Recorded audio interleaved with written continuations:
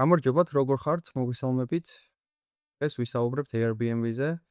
ის თუ არა Airbnb-ის აქციების პირველ ამ შეკითხვაზე გავცეთ პასუხს. Airbnb-ის პროდუქტებს კარგად ვიცნობ, მაგრამ როგორც ინვესტორმა განსხვავებული თვალით უნდა შევხედო ამ კომპანიას. ამჟამად Airbnb არის 80 მილიარდად შეფასებული.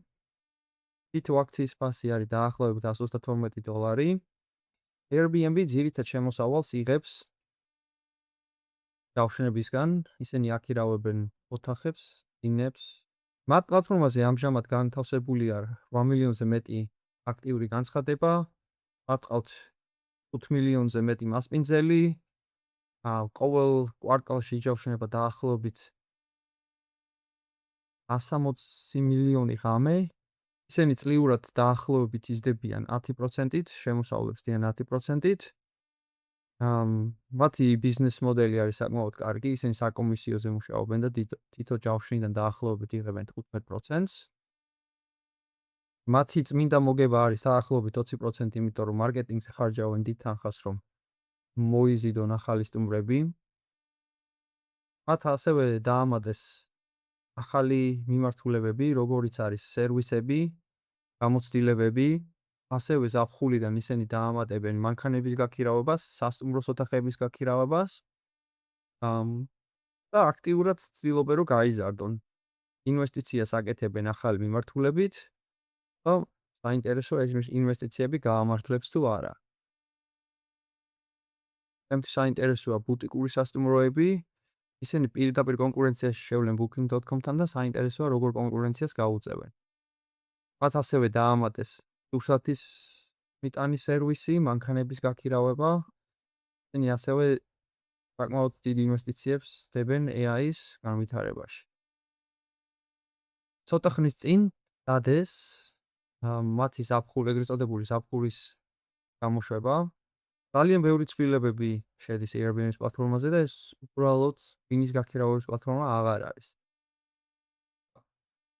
შარშან ზაფხულის გამოშვება არ იყოს ესეთი შტამბეჭდავი. ჩემის აზრით, მათ შარშან ძირითადად ფული დახარჯეს და დრო დახარჯეს საკუთარი პლატფორმის ბექენდის გაუმჯობესებაში. თითქმის მთლიანად შეცვალეს საკუთარი პლატფორმა და ახლიდან დაწერეს, იმისთვის რომ მათ კონდეთ მეტი თავისუფლება, რომ დაამატონ ახალი სერვისები. ხოლო წელს ისინი უკვე აქტიურად იწყებენ ამ სერვისების დამატებას და დიდ კომპანიებთან კონკურენციაში შესვლას. ჩემთვის ძალიან საინტერესო მიმართულება არის მათი AI ასისტენტი. მაგალითად, შენ თუ ვაპირებ მოგზაურობის დაჯავშნას სოფლიოს ნებისმიერ კუთხეში, შეგეძლება რომ Airbnb ასისტენტის დახმარებით დაჯავშნო მთლიანი მოგზაურობა. ის დაგიჯავშნის ბინას, ის დაგიჯავშნის გამოცდილებებს, დაგიჯავშნის მანქანას, შეგეძლება რომ მაგალითად მოიწვიო პროფესიონალი შეფი, რომელიც გაგიკეთებს საჭმელს. ფაქტიურად სუპერ აპ შეიძლება ახდეს Airbnb მოგზაურობის. ეხლა Airbnb-ში ასისტენტს დაელაპარაკები და ის დაგიჯავშნის მთლიან მოგზაურობას. ამ სერვისმა შეიძლება ფაქტიურად რომ ტუროპერატორები მთლიანად ჩაანაცვლოს. ჩემი აზრით ნათელია რომ ეს არის მათი ერთ-ერთი მიზანი. ეხლა შევხედოთ ფინანსებს. მათი შემოსავლები სტაბილურად იზრდება წლიდან წლამდე დაახლოებით 10-15%-ით. მათ არ აქვთ ვალი, აქვთ საკმაოდ დიდი cash balance-ი. მათ ჯავშნების რაოდენობა სტაბილურად იზრდება წლიდან წლამდე. ასევე მათი shares outstanding-ს აქციების რაოდენობა წლიდან წლამდე კლებულობს, რაც იმას ნიშნავს, რომ ისინი საკუთარ აქციებს უკან ყიდულობენ, რაც ბუნებრივად ზრდის აქციების ფასს. ეს ძალიან კაი ნიშანი არის, რომ მათი აქციების რაოდენობა კლებულობს. ერთადერთი აქ რასაც გამოყოფდი არის მოგება თითო აქციაზე წლების განმავლობაში საკმაოდ დაბალი არის და არ გაზრდილა.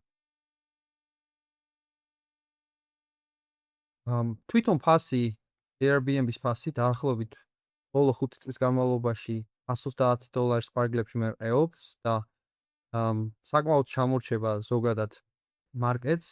მათი valuation-ის არის დაახლოებით 30x-ი, თუმცა მოსალოდნელია რომ მომავალ წელს ეს 25x-მდე ჩამოიწევს. ფაქტიურად ბოლო 5 წლის განმავლობაში Airbnb-ს ფასი არ გაზრდილა და ამ სტოკში ფულის დაბანდება იყო შედარებით ცუდი ინვესტიცია. ფულს არ დაკარგავდი დიდი რაოდენობით, მაგრამ მოგებას ვერ ნახავ. ეხლა შევადაროთ სხვა კომპანიებს, როგორც არის Booking და Expedia. Booking-თან შედარებით Airbnb თვითო აქცია გაცილებით ძვირი ღირს, დაახლოებით 60%-ით უფრო ღირს. რაც გასაგებიც არის. Booking-თან შედარებით Airbnb ჩემი აზრით უკეთესი პლატფორმაა. მაგალითისთვის რომ მოვიყვანოთ, Booking-ს საქართველოში payment სისტემა არ გააჩნია.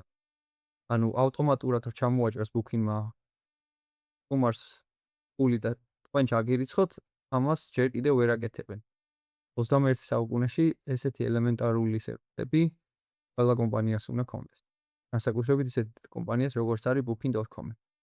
ზოგადად Airbnb-ის პლატფორმა მე მიმაჩნია რომ უკეთესი არის, თუმცა Booking-ის გამოყენებაც საკმაოდ მარტივია. თუ შევხედავთ Airbnb-ის quality metrics, საკმაოდ მაღალი არის, 8.4. ერთადერთი აქ რასაც გამოყოფდი არის analyst sentiments, ანუ Wall Street-ის ანალისტების შეფასებით Airbnb არც ისე კარგი კომპანია არის და ეს განსაზღვრავს იმ ფაქტორს, რომ ბოლო 5 წლის განმავლობაში Airbnb-ის ფასი $1 არ გაცდენილა ბევრად.